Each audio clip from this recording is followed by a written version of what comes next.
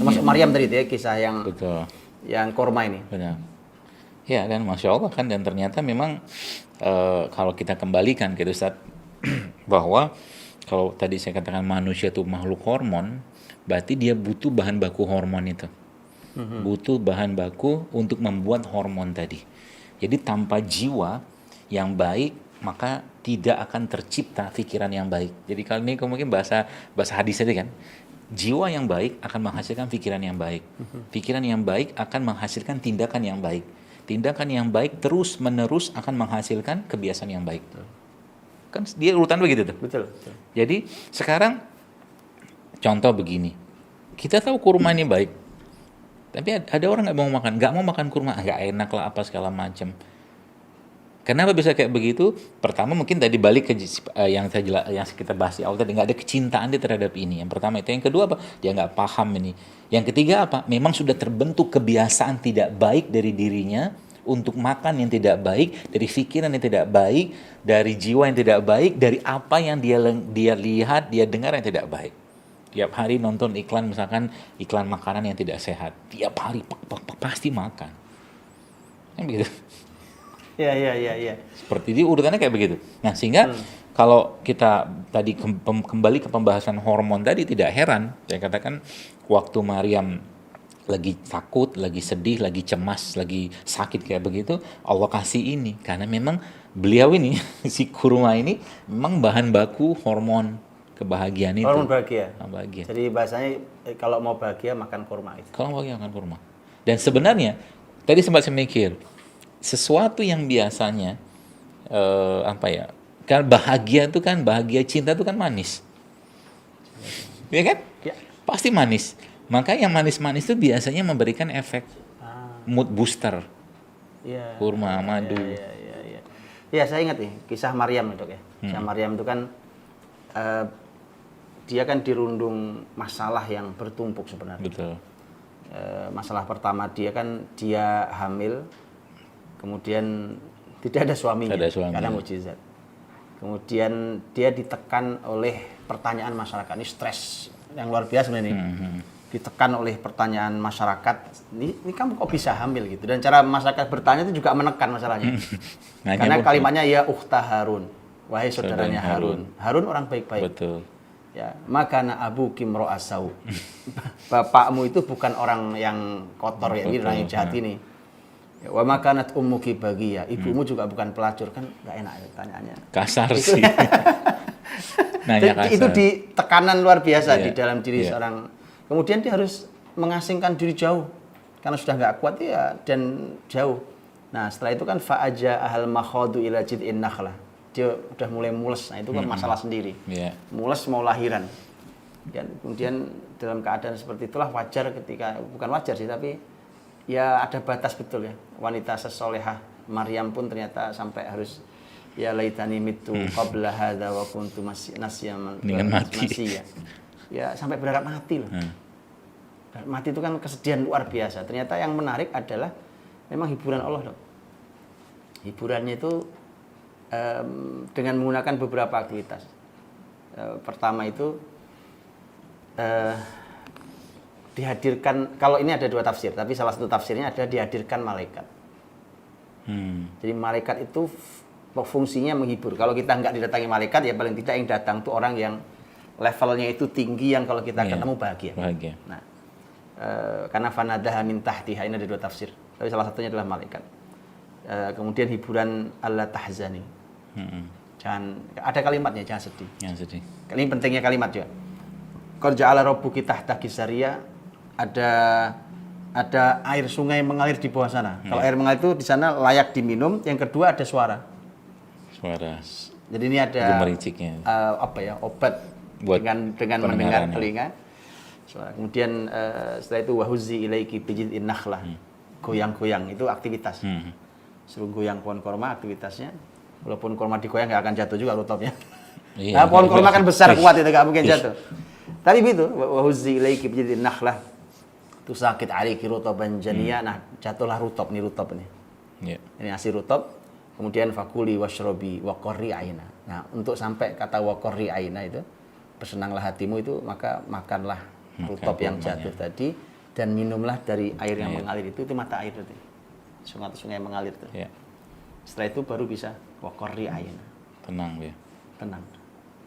Jadi kurma ini membuat kita bahagia. Dok. Ini boleh kan tuh ini kan buat kita ini kan. Iya. Ini siap ini untuk di Iya, pastinya begitu. atau apa sebenarnya yang ada di kurma ini apa sebenarnya kalau sampai dia menjadi apa ya bahan bahagia itu loh. Yang saya pahami gini Ustaz, yang pertama yang tadi kalau kita bahas bahwa bahan bakarnya ketenangan itu kan, ketenangan itu kan ada bahasa imannya lah, bahasa ruhnya ya. Tapi kan kalau bahasa katakanlah sainsnya lah gitu kan hormon itu kan. Iya. Nah, hormon itu kan untuk menciptakan atau membuat suatu hormon itu tubuh butuh bahan baku. Nah gitu. Nah, tubuh butuh bahan baku, tubuh perlu bahan baku. Dan bahan baku yang umumnya banyak sih bahan baku. Salah satu bahan baku yang dipakai itu adalah asam amino. Pertama itu, dan mineral. Jadi banyak mineral. Jadi kalau dibilang kenapa kurma itu, coba kalau kita pikir-pikir secara logika ya, kalau umum gitu kan, kenapa Nabi sampai bilang nggak kena sihir makan kurma 7 butir? Aha. Pertama memang secara mineralnya tinggi sekali, dia menenangkan. Orang yang kena sihir itu kan orang yang jiwanya nggak tenang. Betul. Ketika dapat makan kurma kayak begitu, besinya tinggi, kalium tinggi, kalsium tinggi, plus lagi asam amino tinggi, plus lagi dia tenang dengan rasa manis tadi, ya sudahlah, aman jiwanya. Makanya ini sebenarnya bukan hanya makanan fisik, tapi dia juga makanan ruh juga, itulah. Makanan ruh, kenapa makanan ruh? Karena coba deh kalau saya membayangkan kalau seandainya nih, ya mungkin jelas tidak, sini andai-andainya ala-ala saya aja. Allah memerintahkan Maryam makan misalkan lah daun sambiloto gitu kan. Pasti nggak tenang karena sibuk dengan rasa pahit itu gitu. Pahit. Nah. Gitu. Maka Allah kasih yang manis-manis. Dan manis itu memang sebagian besar manis itu pertama dia fast instant energy. Bioenergi yang sangat cepat.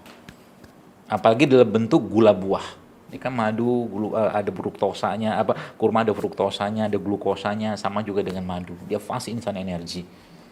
Nah, itu sebabnya salah satu nih rahasia kalau kita lagi nggak bertenaga itu ya makan kayak begini. Termasuk madu itu bisa kita pakai juga, Ustaz. Diletakkan ambil pakai telunjuk, taruh bawah lidah. Madu ini? Taruh bawah lidah kayak orang yang ini punya ya, obat jantung.